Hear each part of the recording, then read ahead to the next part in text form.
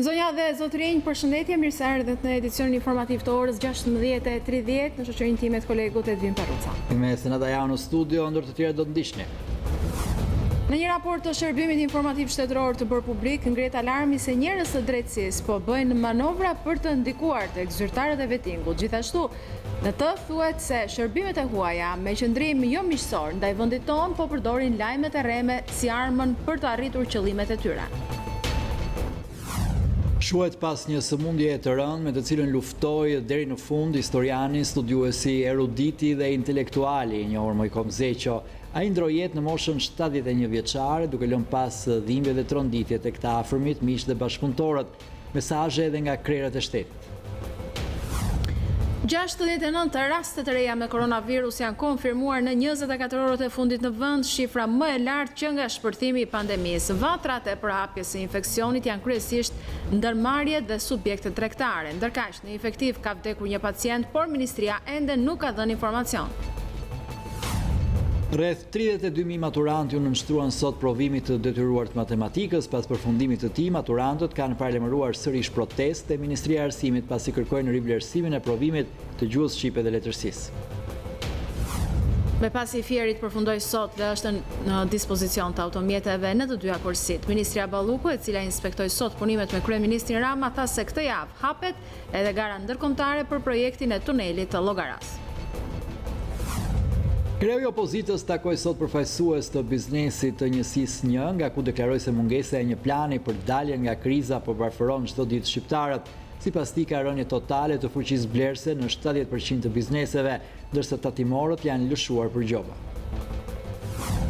Grupi parlamentar PPE dorëzoi një amendament për rezolutën mbi Ballkanin Perëndimor që do të miratohet këtë javë në Parlamentin Evropian. PPE kërkon që Shqipëria të përmbush 15 kushtet e caktuara nga Këshilli i Bashkimit Evropian përpara konferencës ndërqeveritare të parë me shtetet anëtare të BE-s.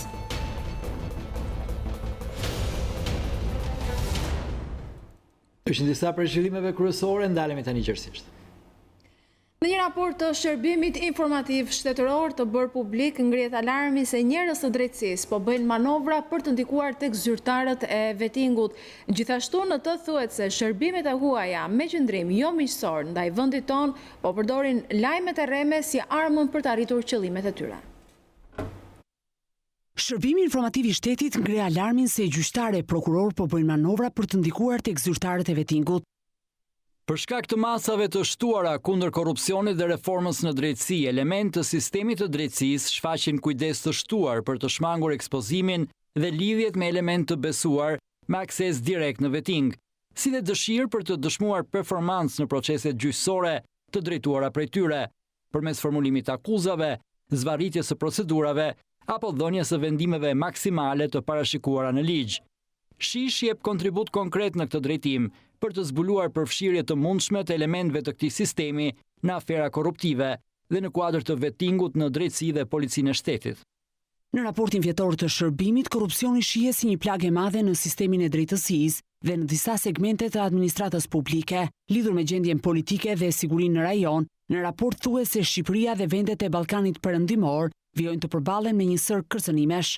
Zhvillime të brendshme të brishta politike, aktivitete influencuese nga aktor gjeopolitike rajonal për të dëmtuar, ngadalësuar apo bllokuar proceset integruese euroatlantike, retorik nacionaliste ekstreme, përfshirja në korrupsion e elitave politike, emigracioni i palishëm, qeverisje e dobët dhe situate vështirë ekonomike. Si problematik konkrete, renditet dhe mungesa e përparimit në dialogun Kosovë-Serbi me ndërmjetësimin e Bashkimit Evropian. Një tjetër shqetësim që ngre shërbimi informativ i shtetit është edhe ndikimi i shërbimeve të huaja të inteligjencës me qëndrim jo miqësor ndaj vendit tonë. Në raport thuhet se ato po përdorin fake newsin si armën më të fortë për të destabilizuar.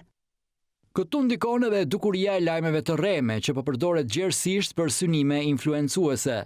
Kanale mediatike të shkruara dhe online, media sociale po përdoren edhe për shtrembërimin dhe manipulimin e realitetit nëpërmjet mohimit, mashtrimit dhe dezinformimit me synime të caktuara.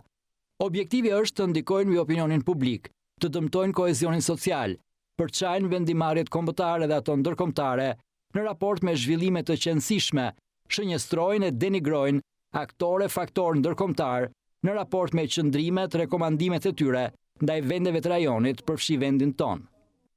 Në raport analizohen edhe çështje të tjera me rëndësi si krimi organizuar, krimi kibernetik apo terrorizmi.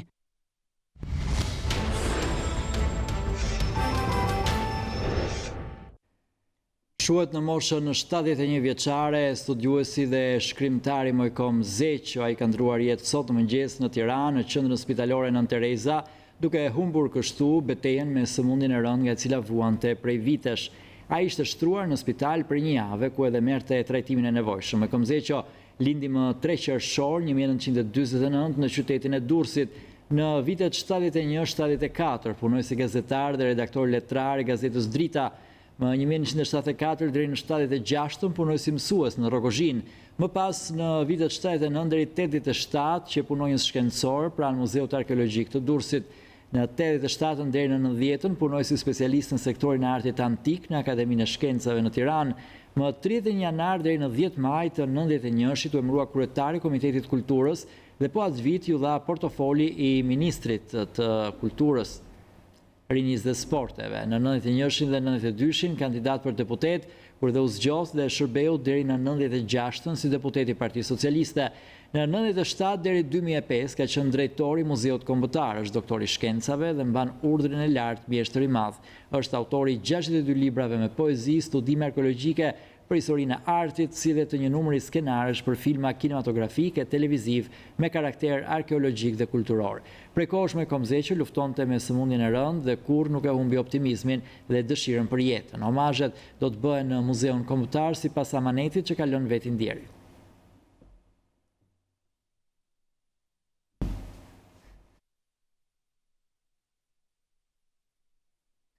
Ndarja nga jeta e Mojkom Zeqos ka hidhruar edhe krerët e shtetit, të cilët shprehin vlerësimet më të larta për të, duke cilësuar si erudit të rrallë dhe enciklopedi të gjallë që do të mbahet më ndër breza si një nga personalitetet e spikaturat kulturës sonë kombëtare.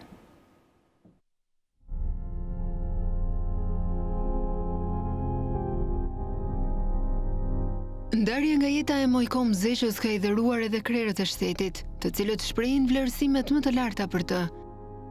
Presidenti Meta shkroi në rrjetin social Facebook se ndihet thellësisht i tronditur për largimin nga kjo jetë të mendimtarit të vyer, eruditit, zërit të fuqishëm, penës së fortë, intelektualit të angazhuar e të përkushtuar ndaj së mirës publike e interesit kombëtar dhe njërit ndër shkrimtarët më prodhimtar të letërsisë sonë. Meta e cilëson Mojkom Zeqon një dishepull të mirësisë, miqësisë dhe humanizmit. Ngushëllime ka shprehur edhe presidenti i Kosovës, Hashim Thaçi, i cili tha se Mojkom Zeqo ishte përkrahës i fuqishëm i çështjes së Kosovës, veçanërisht mbështetësi i ushtrisë çlirimtare të Kosovës që në ditët e para të veprimit të saj. Edhe kryetari i Kuvendit, Gramoz Ruçi, shprehu ngushëllimet për ndarjen nga jeta të ish-deputetit, shkrimtarit dhe shkencëtarit Mojkom Zeqo, të cilin e quan erudit i rrallë dhe enciklopedi e gjallë. Ndërsa kryeministri Rama ka publikuar në Facebook një fotografi të Mojkom Zeqos me mbishkrimin "Lam të mirë Mojkom". Kryetari i Partisë Demokratike Lulzim Basha tha se Mojkom Zeqo do të mbahet mend për breza si një nga personalitetet e spikatura të kulturës sonë kombëtare. Sipas Bashës, angazhimi i tij në politikë si deputet i Partisë Socialiste ishte dhe mbetet modeli i politikanit aktiv dhe serioz për përfaqësimin e qytetarëve.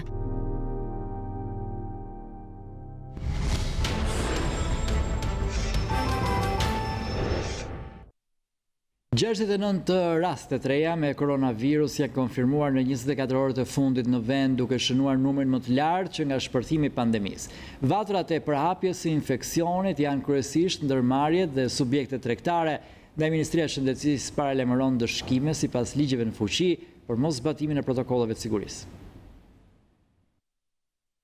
69 raste të reja me koronavirus janë konfirmuar në 24 orët e fundit në vend, duke shënuar numrin më të lartë që nga shpërthimi i pandemisë.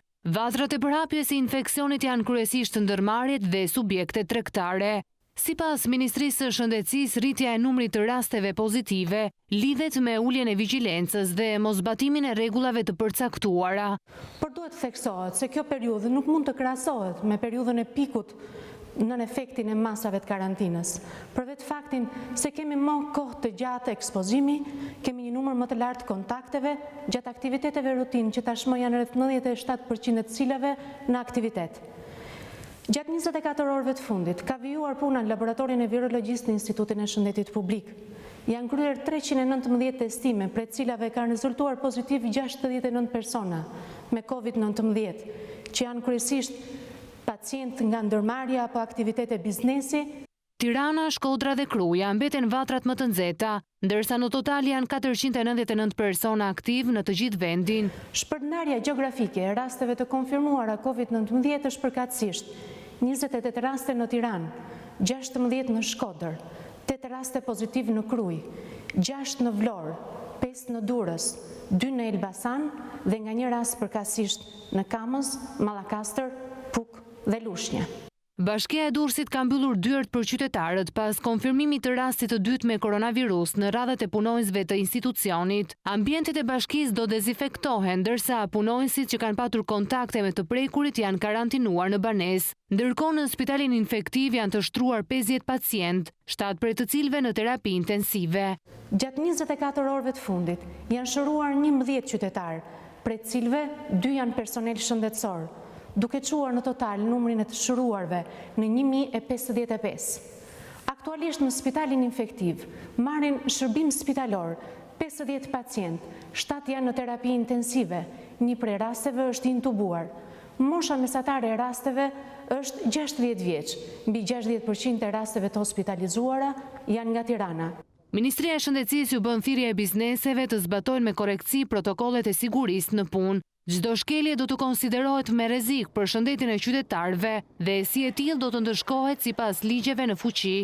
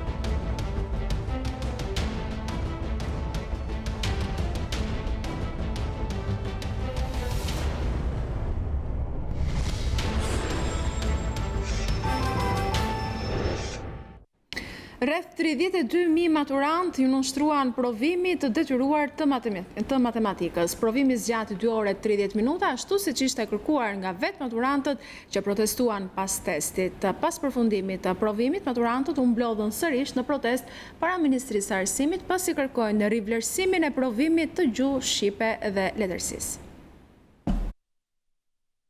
Stafi dhe drejtoria e shkollës ju uron shumë suksese. Pas protestave për provimin e gjuhë letërsisë, 32.000 maturant u janë rikthyer bankave të shkollës për provimin e tretë të maturës shtetërore në lëndën e matematikës, duke zbatuar rregullat anti-Covid hartuar nga Ministria e Arsimit. Provimi zgjati 2 orë 30 minuta, kohë zgjatje që ishte një nga kërkesat e maturantëve në protesta. Në gjimnazin Ismail Qemali në Tiranë, maturantët u dukën të emocionuar. Jo vetëm provimi i matematikës, por edhe përvoja e hidhur me letërsinë. I kishte rënduar jo pak psikologjikisht. Ama se s'kam nerva burrinë. Pas provimit, maturantët dolën të qetë dhe u shprehën të sigurt se do të merrnin nota të mira. Thanë se testi ndryshe nga i letërsisë ishte brenda programit orientues këtë herë. Sipas tyre, në këtë provim nuk kishte asnjë turi. Niveli si që premtua? I thjesht. Bëra të gjitha. Ishte i thjeshtë dhe mesatar për ca pyetje të vogla. Në krahasim me letërsi? Po, shumë më mirë. Më mirë se letërsia ishte. Sa kohë bëre provimin? 1 orë e gjysmë. Krahasim me letërsinë ishte më i thjeshtë. Shumë mirë. Më mirë. Më mirë se letërsia. Po dola më mirë se letërsi sigurisht. Çfarë mendon se do marrësh? Shpresoj 10, ndoshta. Pas orës së 10 në rrjetet sociale ashtu si vitet e kaluara qarkulloi teza e provimit të matematikës. Të pyetur nga News24, maturantët pohuan se ishin pyetjet e tyre të provimit. Po. Dalë teza ndërkohë që ishin në provim. Shumë keq.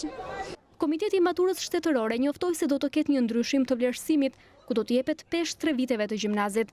Menjëherë pas përfundimit të provimit të matematikës, një grup maturantësh protestuan para Ministrisë së Arsimit, duke bllokuar lëvizjen e automjeteve. Edhe në ditën e 4, posterat me personazhin e turit ishin pjesë e pandare protestës. Ende në kulin këmbë se provimi i gjuhë letërsisë ishte ndërtuar me pyetje subjektive dhe jo pjesë e programit mësimor që ata kanë zhvilluar, por sipas qendrës së shërbimeve arsimore kjo nuk është e vërtetë dhe nuk do të ketë rivlerësime. Ne ngulmojmë tek të njëjtat gjëra si në fillim të protestës. Ne kërkojmë vetëm mbështetje. Përgjigja që na ktheu ministria ishte shumë e pakënaqshme për ne maturantët e prandaj ne po vazhdojmë. Nuk më duket i drejtë ajo tezë që ishte hartuar. Ishte hartuar në mënyrë abstrakte. Duhet të rinim të lexonim nga 2-3 herë, plus që alternativat ishin mund të themi sinonimet njëra tjetrës dhe jo diçka e qartë. Në mbyllje të protestës goditën me vezë godinën e Ministrisë së Arsimit. Të njëjtën, maturantët do të japin provimin e fundit të maturës shtetërore atë të lëndës me zgjedhje.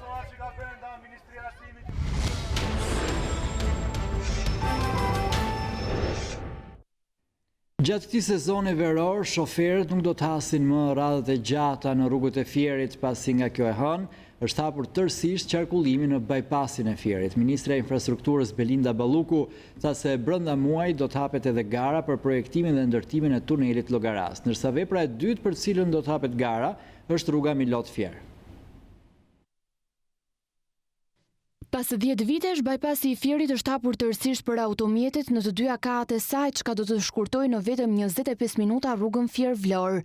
Pasi ne të largohemi këtu, të gjitha automjetet do të fillojnë të kalojnë. Policia rrugore po e merr në kontroll edhe nga ana e Vlorës, edhe nga ana e Fierit, kështu që shumë shpejt makinat do të fillojnë të lëvizin për ditën e sotme. Brenda kësaj jave qeveria pritet të hapë garën ndërkombëtare dhe për tunelin e Llogaras. Tuneli do të ndërtohet me fondet e buxhetit të shtetit.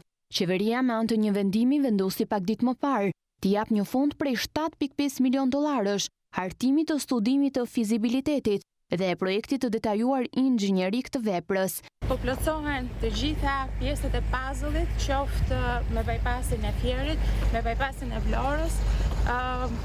Ditën e premte ne do të lançojmë edhe garën për projektin e detajuar të tunelit Llogaras.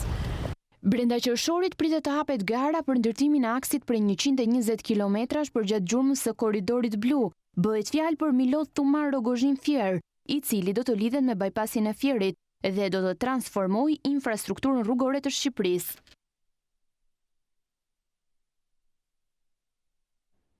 Kreu i opozitës ka takuar sot përfaqësues të biznesit të njësisë numër 1, nga ku deklaroi se mungesa e një plani për daljen nga kriza po varfëron çdo ditë shqiptarët.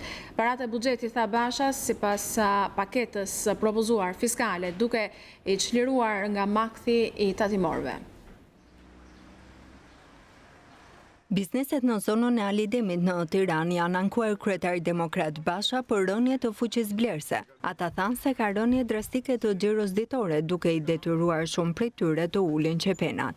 Nuk e dile, të kesh 3 fëmijë pa punë, të kesh vetëm me prindër, me fëmijëna 30 vjeç pa punë. Sa xhiro ke bërë? Asi le. Mos pati konsumatori lek, çfarë do bëj? Me pikatore. Gjithë javën 13 lekë xhiro. 3 lekë vjetra? Vjetra. Javën e kaluar sa ka qenë xhiro? Po ka thënë po thosë dobët fare. Pronari punon apo jo? Po punon, tu bashkë me ne. Si ja del paguaj rrogat tuaja? Vallai me vështirësi, po na marr më tepër se më thon nga ana njerëzore. Si duket xhiro krahasi me para vitit? S'do të thaj. Mos po ndryshon. Më shpresë. Gjatë takimeve, kreu i opozitës pati rastin të shpjegojë një prej masave lehtësuese të planit të opozitës për të rimëkëmbur biznesin e vogël, i cili përbën 70% të ekonomisë shqiptare. Biznes të vogël ne do të lëmë vetëm një tatim, do ja heqim edhe lokalet, edhe çan, gjetbrimi, tabela, gjëra vetëm një tatim. 0,5% e xhiros vitore. Atë do ja çojë pushtetit lokal që të kujdesur për infrastrukturën. E parë. E dyta, inspektori me sy s'keni për të pamë. Me pullë ke derë aty, u fut inspektori brenda do ta bëjmë vepër penale. Do ndëshkohet inspektori. Sepse po arritëm këtë do të shlirojmë 70% biznesit që është biznes i vogël. Dhe problemi kryesor mas taksave edhe rënies konsumit është klima që krijohet. Gjithë biznesin që takoj kudo që kam taku, nga Shkodra në Vlorë, nga Korça në Durrës, edhe në Tiranë, klim terrori. Po si mund të jetojë biznesi me klim terrori? Që po bën faj? Biznesi po marr në Shqipëri në këmbë. Grupi parlamentar i Partive të Djathta Europiane, PPE, ka depozituar zyrtarisht të hënë një amendament në rezolutën mbi Ballkanin Perëndimor, rezolutë e cila është pjesë e agjendës së seancës plenare të Parlamentit Evropian gjatë kësaj jave. Në amendamentin e depozituar nga eurodeputetja Kinga Gal, bën të qartë se Shqipëria duhet të përmbush 15 kushtet përpara mbledhjes së konferencës së parë ndërqeveritare. 15 kushtet e caktuara nga Këshilli i Bashkimit Evropian, Shqipëria duhet të ketë përmbushur përpara thirrjes së konferencës ndërqeveritare të parë me shtetet anëtare, thuhet në amendament.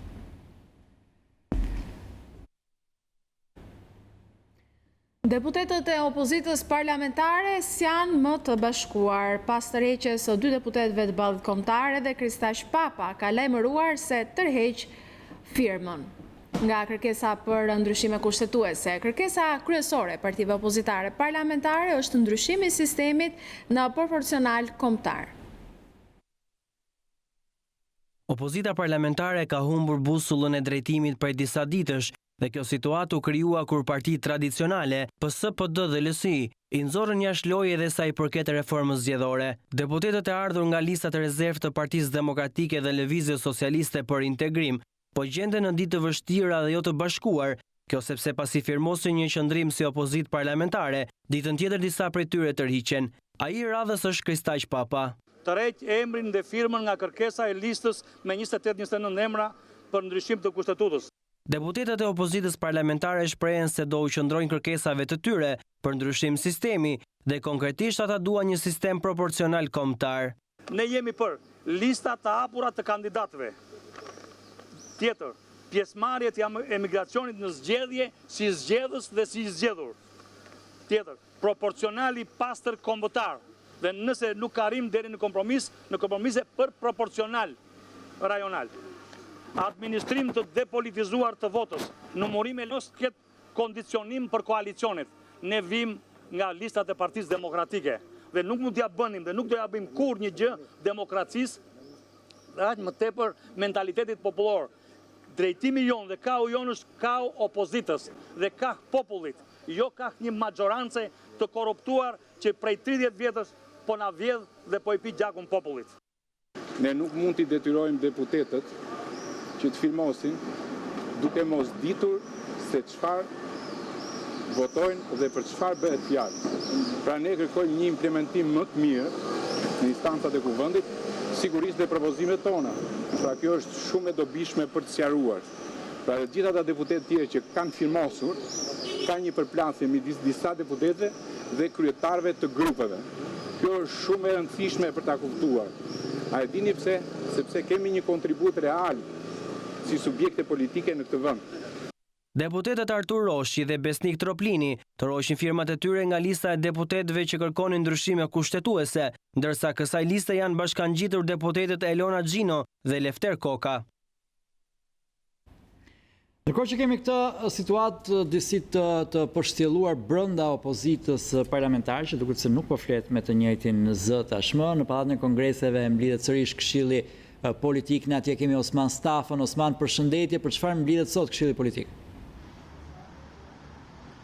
Ruca, përshëndetje, atëherë pas pak minutash pritet që të fillojë mbledhja pra e radhës e Këshillit Politik, ku ekspertët e reformës zgjedhore pra të gjitha palëve do të kanë punuar pra gjatë kësaj fundjave për të prezantuar amendamentet, pra marrëveshja e arritur politike e përkthyer tashmë në letra, e draftuar në dokumenta në mënyrë që të shkojë më vonë në Komisionin Parlamentar për Reformën Zgjedhore e më pas diskutimeve që duhet të ketë aty të shkojë në parlament për të votuar. Pra, siç tha dhe zoti Gjiknuri të premten e javës së shkuar në mbledhjen e fundit që është bërë, pritet që nga ekspertët të punojë fort gjatë kësaj fundjave në mënyrë që maksimumit ditën e nesërme të kishim të përfunduar pra draftimin e reformës zgjedhore, por nga burimet tona kemi mësuar se ritmi nuk ka qenë i shpejt i ekspertëve për reformën zgjedhore, ka qenë i ngadalë dhe si pasojë pritet që të paktën mbledhja e ditës së sotme të jetë e gjatë,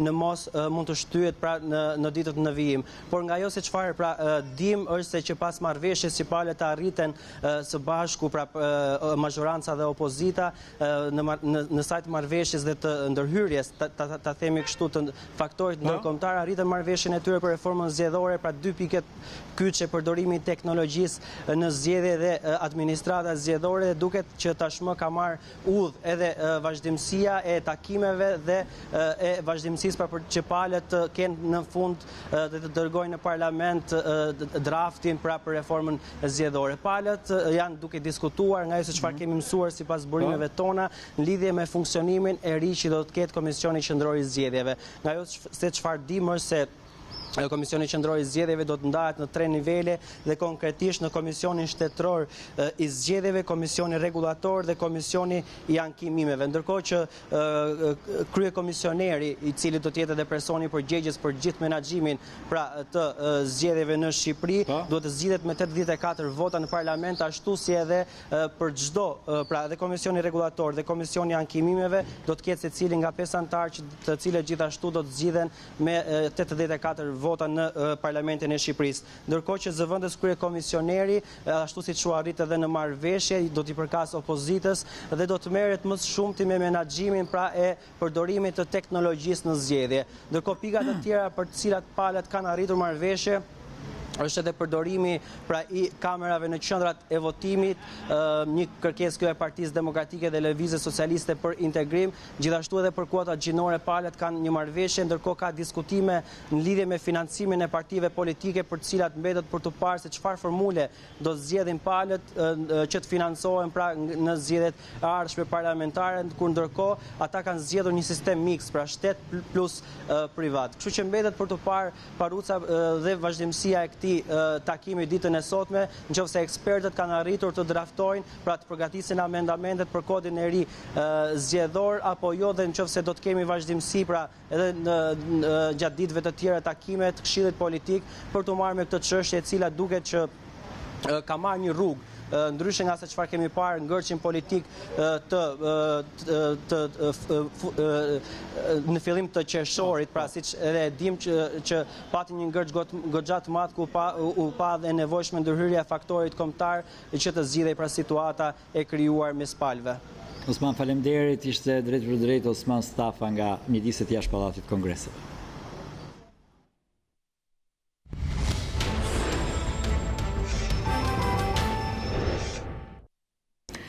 Rritja e numrit të infektuarve me koronavirus është shoqëruar me një problematik së fundmi, atë të testimit të qytetarëve.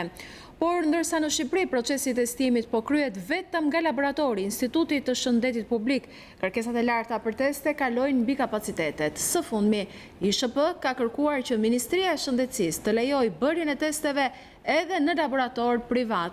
Administratori i një prej laboratorëve më të njohur në vend, Intermedica, është shprehur se mund të përballojnë fluksin e kërkesave pasi ka kapacitetet si dhe plotëson kriteret e nevojshme.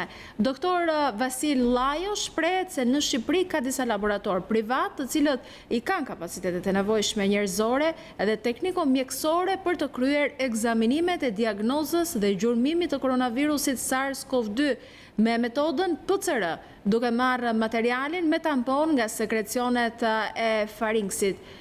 Kjo metod tregon prezencën e virusit në organizëm në momentin e marrjes së monstrës. Së dyti, po këta laborator privat kanë gjithashtu kapacitetet e nevojshme për testime serologjike me metodën ELISA ose Chemilumines.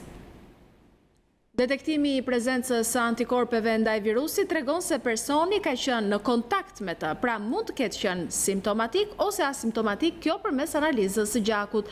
Përballë pikpyetjes së njerëzve mbi besueshmërinë në laboratoret private, Dr. Vasil Lajo thotë se diferencën e bën akreditimi me ISO 15.189. Kostoja e testimit me PCR mund të përllogaritet afërsisht 150-160 euro. Kostoja e testimit me serologji për çdo antikorp afërsisht 4.000-5.000 lekë të reja. Praktika e dritanishme ka treguar se është e mjaftueshme. IgK, një lloj antikorpi. Doktor Vasil Lajo shprehet se Intermedica është e gatshme të fillojë dhe të përballojë fluksin e kërkesave për të testuar koronavirusin SARS-CoV-2 si me PCR tampon, po ashtu edhe me serologji antikorpe. Shkëputemi tani për pak publicitet. Themi pas pak.